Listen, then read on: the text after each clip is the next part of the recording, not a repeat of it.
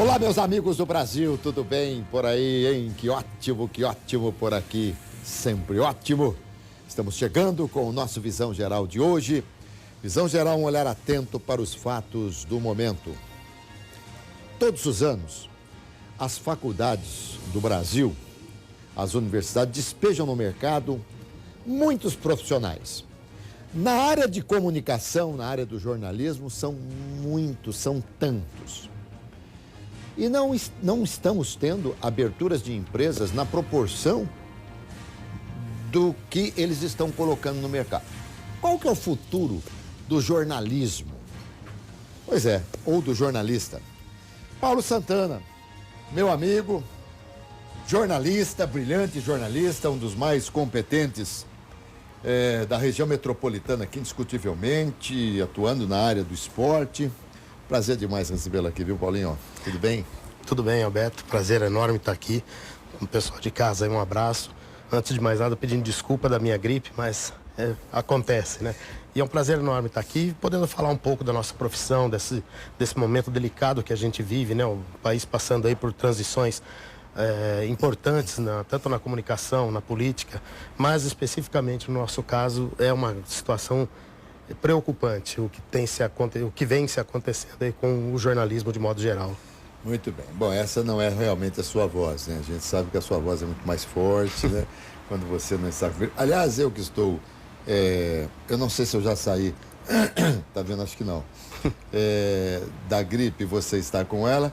Essa pode ser a entrevista da tosse, tá? Então você fica à vontade aí, não precisa se preocupar.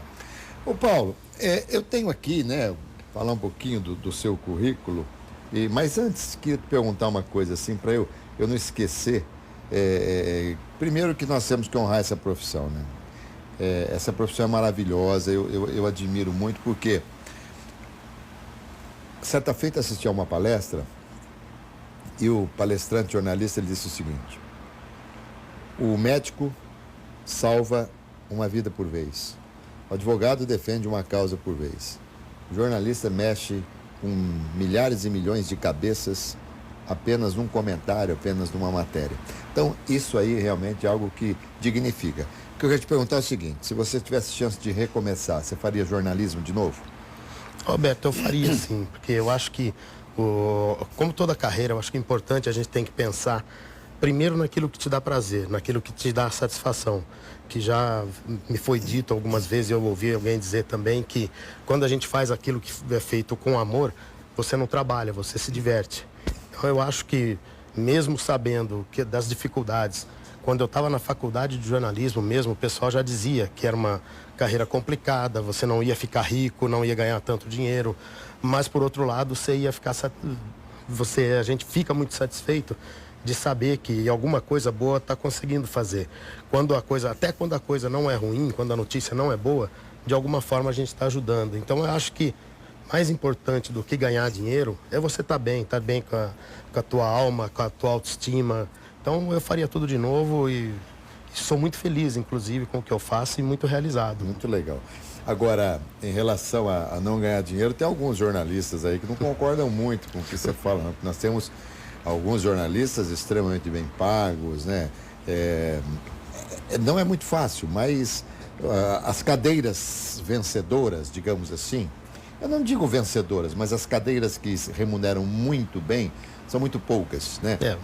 Você vê, por exemplo, vamos pegar aqui, hoje nós temos o Celso Freitas, que é o âncora da Record, o Boechat, que está na Bandeirantes, o Bonner, da Globo, e até outro dia, força de expressão, mas até outro dia o Cid Moreira estava no jornalismo, né, com o Chapelin. Então, são cadeiras que as pessoas se eternizam ali. Então é difícil, não há muito espaço para que realmente as pessoas passem a ter uma renda muito maior. No entanto, é mais ou menos que nem jogador de futebol. Você tem pouquíssimos ganhando muito e muitos ganhando pouquíssimo, mais ou menos isso, né? É mais ou menos por aí. Assim, mas eu acho que, assim como no futebol, a gente tem que se encaixar no melhor estágio possível, né? Eu tive minha carreira praticamente feita toda dentro aqui de Campinas, fiz alguns trabalhos para fora, para veículos do Rio de Janeiro, de São Paulo. E assim, eu acho que A coisa é você não se ficar aprendendo muito será que, por que eu não vou ser apresentador da Globo? Lá, exatamente. Por que eu não vou ser apresentador da Record? Por que eu não vou ser um apresentador da Rede Família, Sim, né? Estou aqui e consegui, tá certo? Não, mas eu acho que assim, a gente tem que colocar algumas metas e saber aquilo que a gente quer. Eu, por exemplo, sempre quis trabalhar com futebol, sempre quis trabalhar com jornalismo esportivo. Fiz e fui e achei o meu caminho. Bom, Paulo Santana formou-se em jornalismo pela PUC Campinas em 94, o ano em que o Brasil foi tetracampeão. Você estava se formando aqui pela PUC, eu estava lá narrando a Copa do Mundo, que eu dei sorte, a primeira Copa que eu fiz, o Brasil foi campeão. Você começou a trabalhar como repórter esportivo no mesmo ano, no Correio Popular, foi correspondente do Globo, do Rio, da Folha, pelo jornalismo também das emissoras do SBT, da CNT, trabalhando sempre com esporte, acompanhou a seleção brasileira em jogos eliminatórios, nas Copas de 2002, 2006, 2010 e 2014, e na Copa de 2014 também acompanhou a seleção das seleções do Japão, Portugal, que ficou inclusive em Campinas, e Nigéria. Atualmente é setorista. Nigéria ficou em Campinas também, né? Ficou em Campinas. Atualmente setorista do Grupo Hack, e você é o repórter setorista da Ponte Preta. Qual que é o futuro, na sua visão, do jornal impresso? É uma incógnita, porque eu acho que esse padrão de jornalismo impresso que é feito hoje, ele não tem mais espaço. Com a internet, com as mídias sociais em geral, com a própria televisão também está se agilizando bastante nessa coisa do noticiário ao vivo.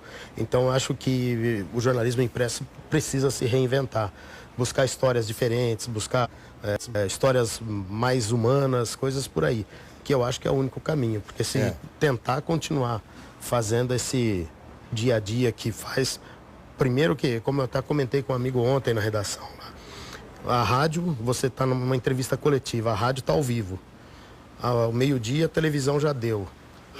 Em meia hora já está na internet. E o jornal só vai dar amanhã.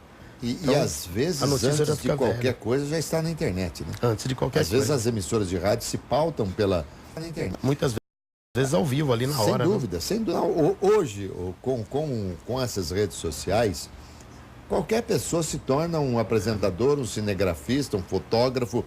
Hoje as coisas estão muito fáceis, né? Muito fáceis. E o povo também está muito familiarizado hoje com o smartphone. A terceira idade está vibrando com o smartphone. Então, é uma coisa que está muito fácil, está muito prático, né? Houve um tempo, Paulo, que eu trabalhava no rádio, né? Sempre trabalhei no rádio, e eu ouvia do diretor da emissora a seguinte expressão: eu não posso entender que o jornal tenha furado vocês. Como é que pode o jornal furar uma emissora de rádio? Hoje é uma coisa muito difícil, né? Muito difícil. O jornal, o impresso, hoje ele está sempre correndo atrás. Como a gente costuma dizer no jornalismo, né? Depois que todo mundo já deu a notícia que o impresso vai dar alguma coisa. Então, por isso que eu falo, tem que buscar uma coisa diferente. É uma história... Tinha um editor que eu trabalhei com ele no Diário de São Paulo, que ele dizia pra gente, chegava na reunião de pauta, colocava aquele monte de jornal em cima, falava, tá vendo tudo isso? Joga tudo fora, nós não vamos falar mais nada disso, nós vamos falar o que ninguém falou. Então aí eu acho que é uma saída para o jornalismo, de modo geral, né? Tentar uma coisa nova. E você pode ver que esses dias teve uma reportagem que fez um grande sucesso, aí, um maior comentário no mundo esportivo, da Júlia, filha do atacante. Sim, no jogo do Botafogo lá. Foi uma história linda, uma história diferente, bonita, uma coisa simples, humana, e que contaminou e contagiou o Brasil inteiro, que todo mundo hoje se fala muito nesse fato. É uma coisa simples. Sobretudo porque pegou pelo sentimento do brasileiro, né? E a gente o brasileiro é extremamente sentimental, extremamente solidário, mas ele está se deparando com tanta coisa que está ficando cada vez mais triste, cada vez mais complicado. Paulinho, a gente não tem, a gente não tem noção, porque não trabalha em jornal. Muitos jornais pequenos, aí espalhados pela cidade, pelo interior, pelo Brasil, muitos jornais estão fechando as portas? Muitos jornais. Jornais tradicionais, jornais centenários. O jornal impresso, de modo geral, ele está se acabando, né? Infelizmente, muitos jornais tradicionais migraram totalmente para a internet, já não tem mais edição impressa. Alguns estão fazendo edições semanais. Tem jornais tradicionais no Rio Grande do Sul que final de semana ele já não está saindo mais. Então, assim, é uma coisa bastante complicada e que, infelizmente, não tem volta. E esses, eu falei no começo do programa desse momento de começo de ano que as pessoas se formam, depois vão correr atrás de emprego e tal, aquela coisa toda. Você que está lá no jornal, você percebe que diminuiu a procura por emprego no jornal impresso? Porque eu posso dizer a você o seguinte, em televisão, eu nunca trabalhei em jornal impresso, mas rádio e televisão, posso dizer a você que a avalanche de gente que vem em televisão para pedir emprego, para poder fazer estágio, aquela coisa, é infinitamente maior do que o rádio. Sobretudo o rádio AM também, que tem lá as suas dificuldades e tal. E o jornal? O jornal recebe muita proposta também de pessoas que querem trabalhar, como é que é? O jornal ele ainda tem alguma coisa, mas caiu bastante. Mas assim, a gente percebe que quem gosta, tem gente, por exemplo, que se oferece para trabalhar de graça. Chega assim, eu trabalho aí fazendo estágio não remunerado para aprender, para conhecer, para ver como funciona. E a gente percebe que não tem, o jornalismo ele já não é como era antes. A gente lembra, até bem pouco tempo, chegavam currículos diariamente. Hoje, praticamente muito pouco, mas ainda tem. Sabe, as pessoas que gostam, que são principalmente alunos, assim, pessoa que é ligado mais, porque tem muita gente que a gente costuma dizer, tem gente que nasceu com o dom para escrever. E quem gosta, o jornalismo expresso ele é uma febre, é uma doença que, para quem gosta disso, gosta. Agora tem muita gente que, infelizmente, acha que o jornalismo é para aparecer, é para mostrar a carinha no vídeo, para contar para a mãe que está na televisão. Claro que existe esse fascínio, a gente sabe que existe em todas as profissões. E lógico que a mídia, em geral, ela atrai mais isso ainda. Mas tem muita gente que confunde o jornalismo com a essência pura do jornalismo. As pessoas às vezes não entendem exatamente o que é aquilo. Eu costumo dizer o seguinte, eu vou dizer para você o que é a essência da notícia. Também, eu não sou nenhum catedrático, mas eu vejo hoje muitas pessoas, não só aqui em Campinas, mas de uma maneira geral, no rádio, dizerem assim, acho que eu já até dei esse exemplo aqui, mas na audiência rotativa, que a gente tem sempre novos telespectadores, várias vezes eu já ouvi repórter falar assim, neste momento aconteceu um acidente na rodovia tal, que liga a cidade tal, a cidade tal, o trânsito está... Olha, você que está gripado, eu estou com hoje, tá mais complicado aqui para mim. O trânsito está parado, utilizando apenas uma faixa aqui e tal, o veículo que se envolveu aqui, envolveu ele e tal. Ele dá toda a notícia, chama o cara do estúdio e não diz se teve vítima ou não, se alguém morreu ou não. Quer dizer, banalizou-se o negócio, né? Morrer num acidente é uma coisa... O mais importante é o trânsito que ficou congestionado. Na ótica do jornalismo, isso aí está correto? Hoje em dia está muito espetacularizado o jornalismo, né?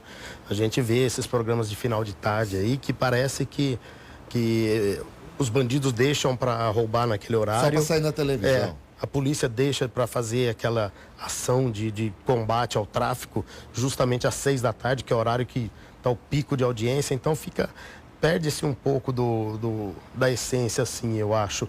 E fica muito essa coisa banal, muito... Banalizou, né? Muito... A morte, a pessoa, ela se escandaliza na hora que está jantando. Os jornais perderam um pouco essa função, porque a televisão assumiu, né? Porque os jornais, antigamente, a gente falava, tinha jornal que a gente espremia e saía sangue, né?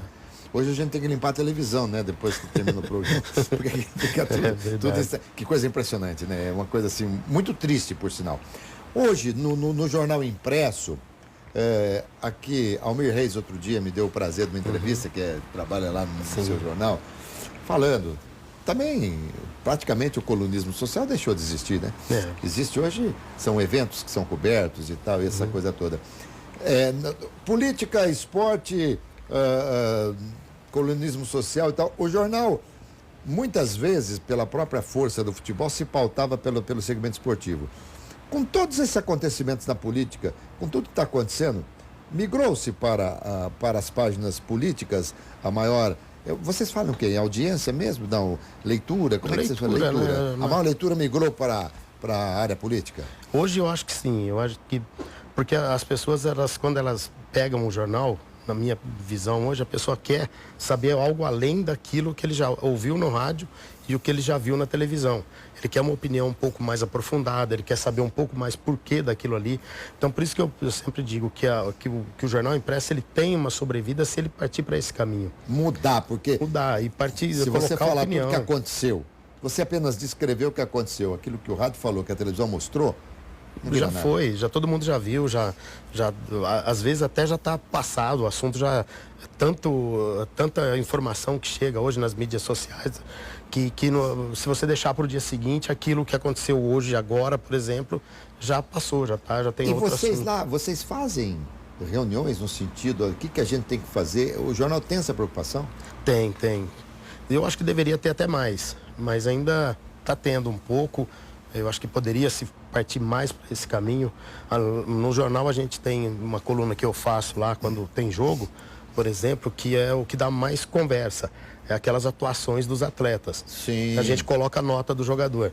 Aquilo ali, se você dá uma nota que a pessoa não concorda, você no dia seguinte recebe um monte de e-mail, um monte de manifestação. Eu não mando e-mail não, mas eu falo, mas esse Paulinho tá louco. Como é que ele vai dar essa nota para esse cara aqui? Já aconteceu de nós, porque você sabe que agora eu transmito futebol aqui pela minha web rádio, mas ali a gente não dá nota, mas a gente fala dos jogadores e tal. Mas já aconteceu da gente escolher um determinado jogador como o melhor e você colocou ele como lá um dos meio...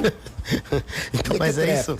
Mas então, eu acho que o jornalismo ele tem essa força muito legal de você poder ter essa discussão, de saber que a minha opinião não é soberana, não é porque eu fiz uma faculdade de jornalismo que eu sei mais do que quem está lendo, ou vice-versa. Eu acho que o legal, o gostoso do jornalismo, principalmente quando é opinativo, é isso, você colocar a sua opinião e acontecer a divergência. Porque também se for para todo mundo concordar, não tem graça. A gente está com uma legenda ali, que eu vou aproveitar e tirar uma pergunta dali. O jornalismo, volta a legenda para mim, por favor.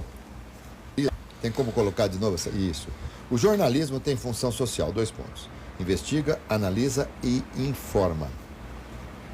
Especificamente, da análise normal e da informação também, mas da investigação, segmento da investigação. Nós temos hoje, realmente, jornais com essa veia da investigação firme? Eu vou ser bem sincero, bastante sincero da minha parte. Já teve bastante. Hoje tem muito pouco.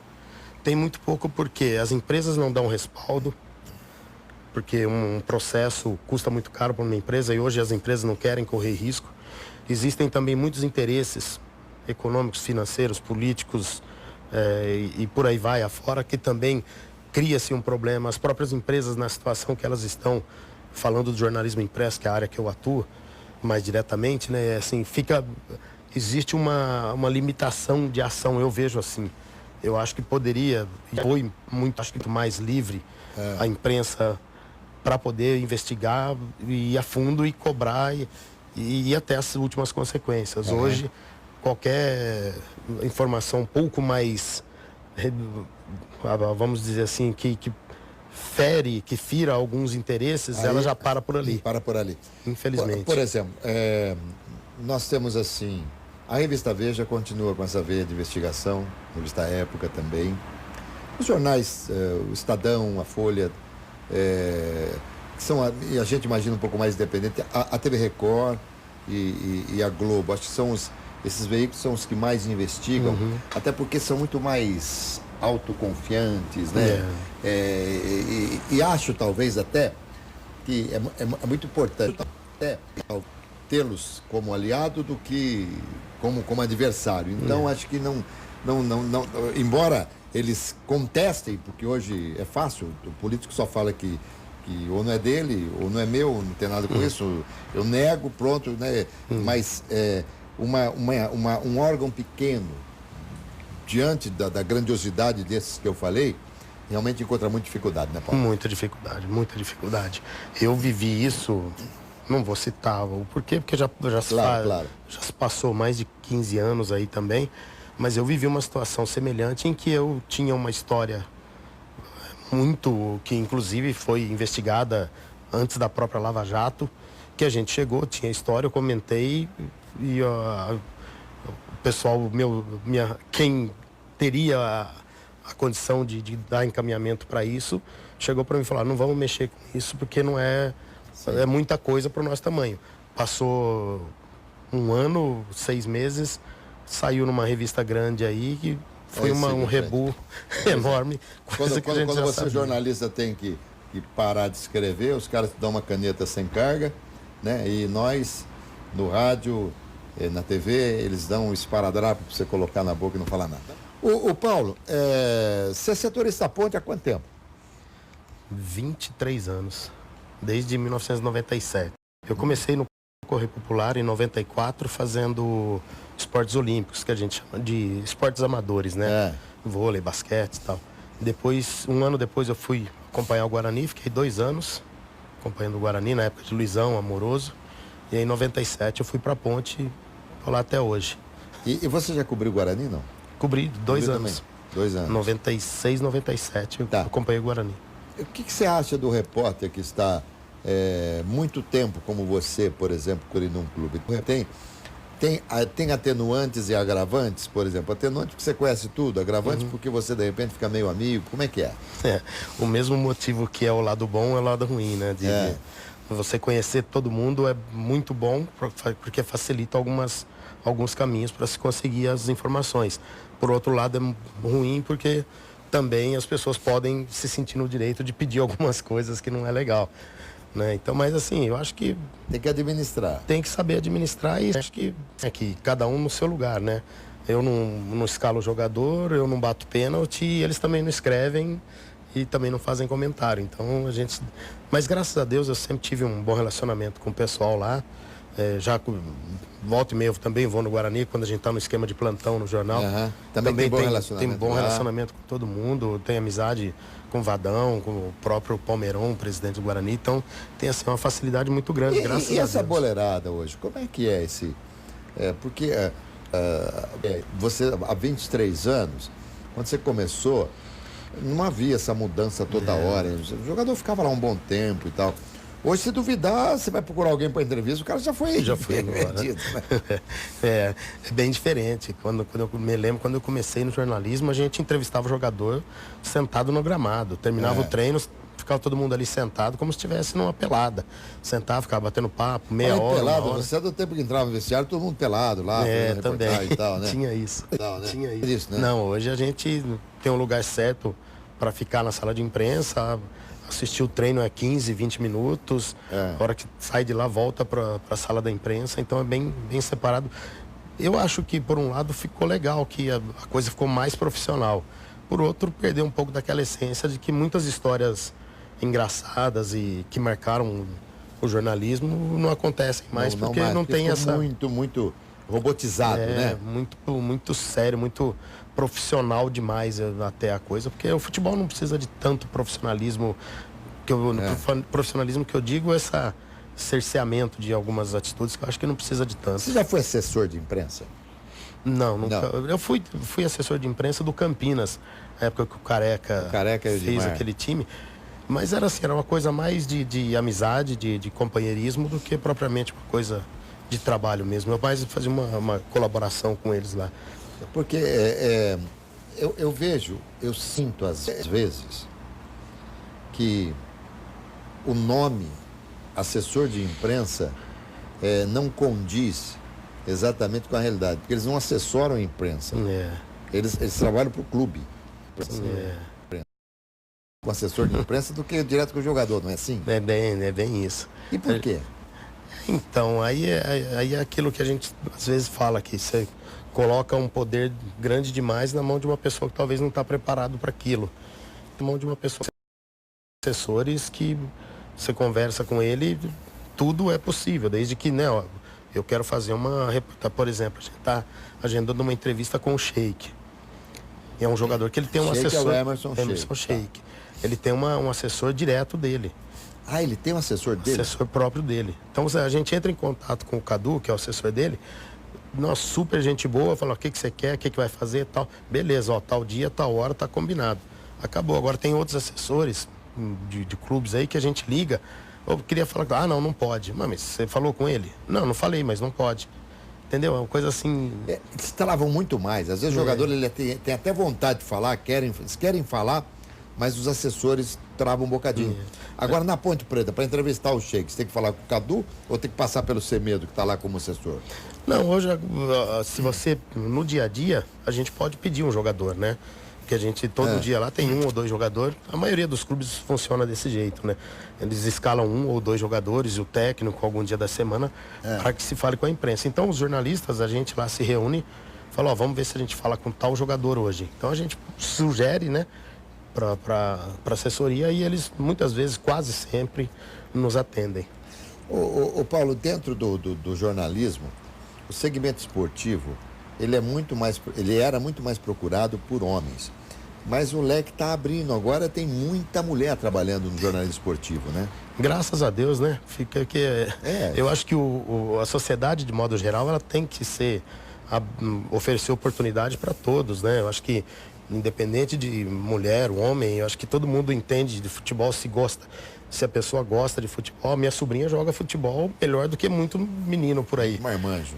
Então, e ela gosta. Então, eu acho bacana isso. Eu acho que tem que oferecer esse espaço. E as meninas estão chegando com tudo, viu? Tem meninas aí que ela começa a falar, contar time de se sentar no boteco para falar de escalação antiga, ela vai saber mais do que muito marmanjo aí. Né? É importante demais. Eu costumo falar o seguinte: treinador de futebol ganha bem, ganha muito bem. Treinador ganha bem. Porém, quase não tem vida, hein? Porque ele fica assistindo a tudo, acompanhando tudo e tal. Hoje, o jornalista esportivo, hoje é muito mais difícil ser jornalista esportivo do que era antigamente, não? Ou estou enganado? Eu acho que é. Porque hoje você tem, com a globalização, a todo momento, vários canais de televisão especializados, jornais especializados, sites, rádios e tal. Então, de repente, você parece que tem que ser... Você se obriga a conhecer tudo, a saber tudo. E você não sabe tudo, não tem como. Tem determinados esportes que você não tem muita afinidade, mas como esse esporte está na televisão, tem televisão a todo momento mostrando, ou clubes de futebol, o cara quer saber de você, de um jogador do Chelsea, quer saber de você, jogador do Atalanta. Mas pera, não é assim. Ele sabe porque acompanha. Então, a cobrança para o jornalista hoje é muito difícil. Nesse ponto que eu acho que a gente comentou agora há pouco sobre a setorização é interessante. Porque a pessoa consegue, naquele ponto dele, ele vai ser um especialista. Sim. Porque se a pessoa quiser saber de tudo, do mundo inteiro, não vai saber. Ele vai falar um monte de besteira. Sim. Ou um achismo que muito tem, a gente sabe que tem muito por aí, que eu acho isso, acho aquilo, e isso não quer dizer que seja verdade, né? Tem muita gente que a gente vê comentando alguma coisa pela lógica do posicionamento de um time em campo. Tal jogador joga dessa maneira. Ele não sabe se o jogador joga dessa maneira. Ele acha que joga dessa maneira porque a pessoa é um lateral direito, por exemplo. Sem contar os verdadeiros donos da verdade, né? Isso é pior ainda. Né? Porque o jornalista que se acha dono da verdade, além de ser...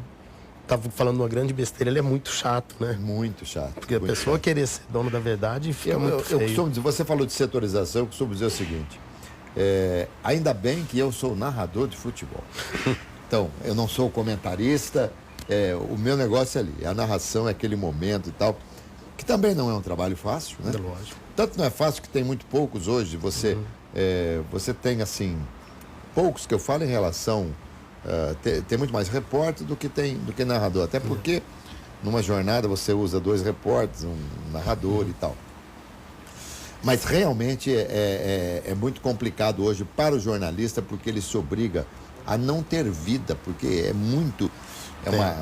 o jornalismo, como tantas outras profissões, é aquela que também você nunca para de estudar, né? Porque a sua leitura é um estudo. É diário, por isso que eu falei, eu sempre falo, né, que para ser jornalista a pessoa tem que gostar, e tem que gostar muito, não é gostar mais ou menos, porque o rapaz que trabalha numa linha de produção de uma metalúrgica, às 5h18 ele bate o cartão e se desliga. Aí ele vai para casa dele, ele vê televisão, ele assiste não sei o quê, ele lê um livro, ele conversa com a esposa, vai passear no shopping, ele se desliga. O jornalista não, você sai de uma redação, vai para casa, vai assistir um jogo.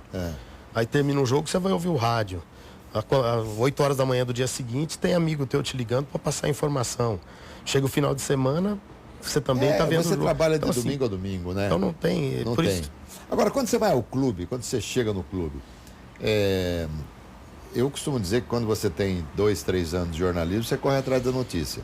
Quando você tem 23 anos, a notícia cai no seu colo. É mais ou menos isso, né? É mais ou menos isso. Então, mas ainda assim, já acontece às vezes de você nem precisar passar no clube, com o telefone você resolve tudo? Como é que é? Acontece bastante. Mas assim, muita coisa que acontece também, a gente tem que selecionar, né? Porque tem muita... Hoje, inclusive com a história do assessor de imprensa, né? Tem assessor de imprensa que o jogador dele chutou uma bola no escanteio, ele acha que você tem que dar uma página para falar bem do jogador. E, então, assim, empresário, muita proposta indecente já acontece. Paulo? De empresário que quer que tal jogador, a história da nota, por exemplo. Dá dor para ele, nota pra ele, nota 9, fala bem, fala que ele é dedicado, sabe, são muitas coisas. Então, assim, a gente tem que saber selecionar bastante o que vem de verdade, muitas inverdades, tem muita mentira, tem muito interesse, tem gente querendo tirar proveito. Então, assim, é preciso saber com quem você está lidando. Paulo, você falou a palavra verdade, eu vou fazer uma pergunta para você que é a seguinte. A verdade dita na televisão, a verdade dita no rádio e a verdade escrita no jornal, tem mais peso o jornal? Eu acho que pela tradição, pelo histórico do jornalismo em geral, o jornalismo impresso tem muita credibilidade. E isso é uma coisa que a gente, assim, eu acho que todos nós que trabalhamos, que militamos, eu acho que temos que cuidar bastante para que isso não caia no descrédito. Porque a gente sabe que a internet, que se sai na internet, a pessoa já vê, será que é verdade?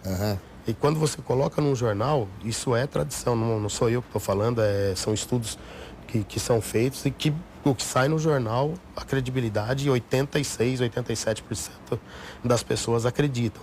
Então, por isso que a gente fala... Isso é estatístico? É estatístico.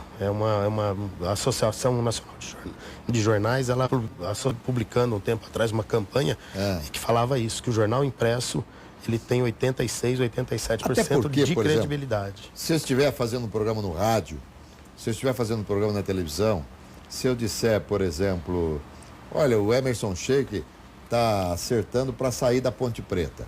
Provavelmente ele vai encerrar a carreira, tal, não sei o quê. Bom, 2, 3 minutos depois, 5, 10 minutos depois, olha, gente, eu acabei de dar uma notícia há pouco aí que o Emerson Sheik...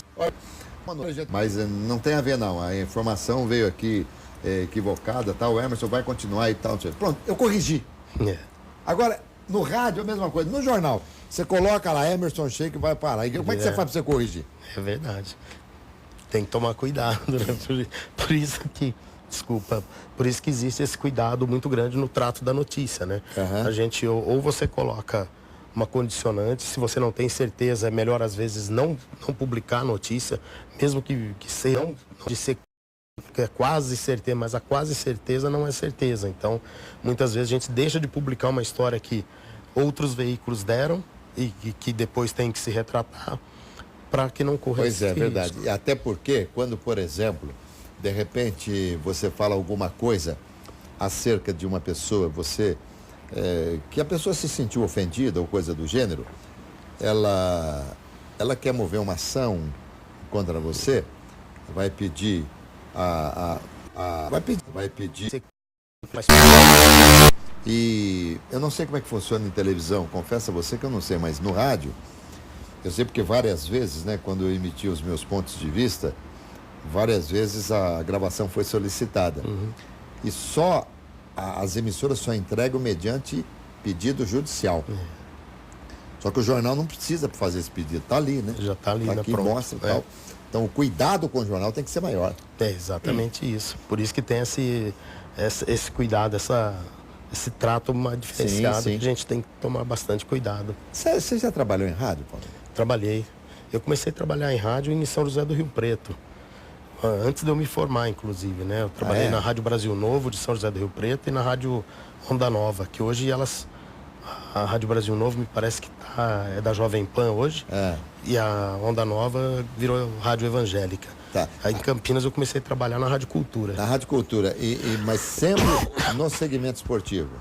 Sempre, não, no começo não. Desculpa aí, negócio. Pode sim, não tem problema. No começo eu comecei a fazer trânsito, que é essa coisa do centro de controle. Mas isso aí é operacional. quando? Há quanto tempo? 27 anos, 1990. Mas não tinha nem carro em Campinas Nem nessa tinha época? carro, tá vendo? Quando começou a ser implantado esse sistema operacional de Campinas com câmera. Foi a primeira experiência. Me parece que eram 2 ou 3 câmeras no centro de Campinas. E eu ficava lá nesse centro de operações acompanhando. Aí tem um congestionamento tinha 10 carros no congestionamento. Olha só. Então não Me se fala uma compara coisa, com hoje. por vezes tem um jogo à noite, 9h30 da noite, 10 horas, esses horários malucos, que vocês no dia seguinte não tem informação, porque vocês encerram antes. Qual que é o limite? Isso aí é variável ou não? De horário para poder trazer a notícia para o dia seguinte? Hoje, assim, existe uma limitação, porque o jornal já não é mais impresso em Campinas, né? O Correio não é impresso em Campinas? Não mais, agora ele é feito em São Paulo. E aí ele tem uma limitação até meia-noite, mas quando tem alguns jogos nesse horário mais tarde, até 1h da manhã ainda consegue segurar. Que já não acontece mais no final de semana. É tudo impresso em São Paulo, isso vai via online? Tudo online. Tudo online para São Paulo? Tudo digitalizado pela internet. 1h, quando é 3h da manhã, já está tudo Mas pronto. Há quanto tempo está assim? Mais um ano e pouco, 1 ano e meio, mais ou menos. E o parque gráfico que tinha aqui? Tá lá. Parado? Parado. Estragando? Infelizmente, deteriorando.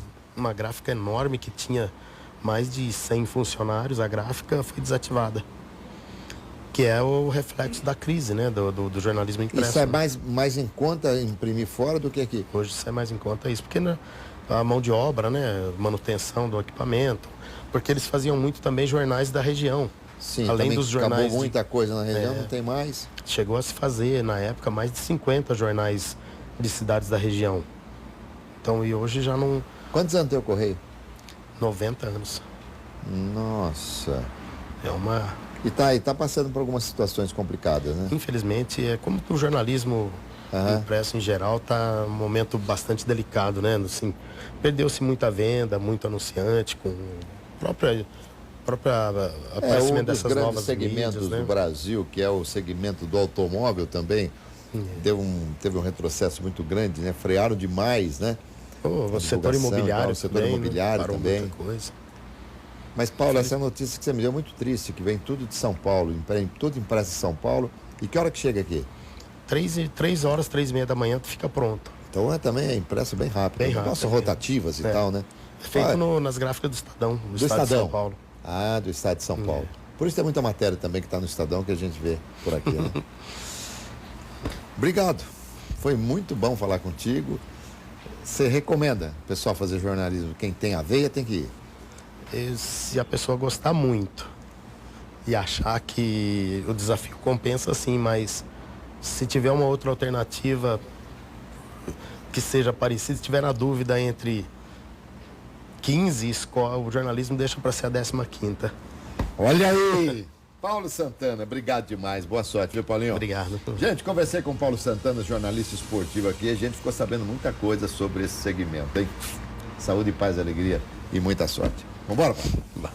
Show, muito bom.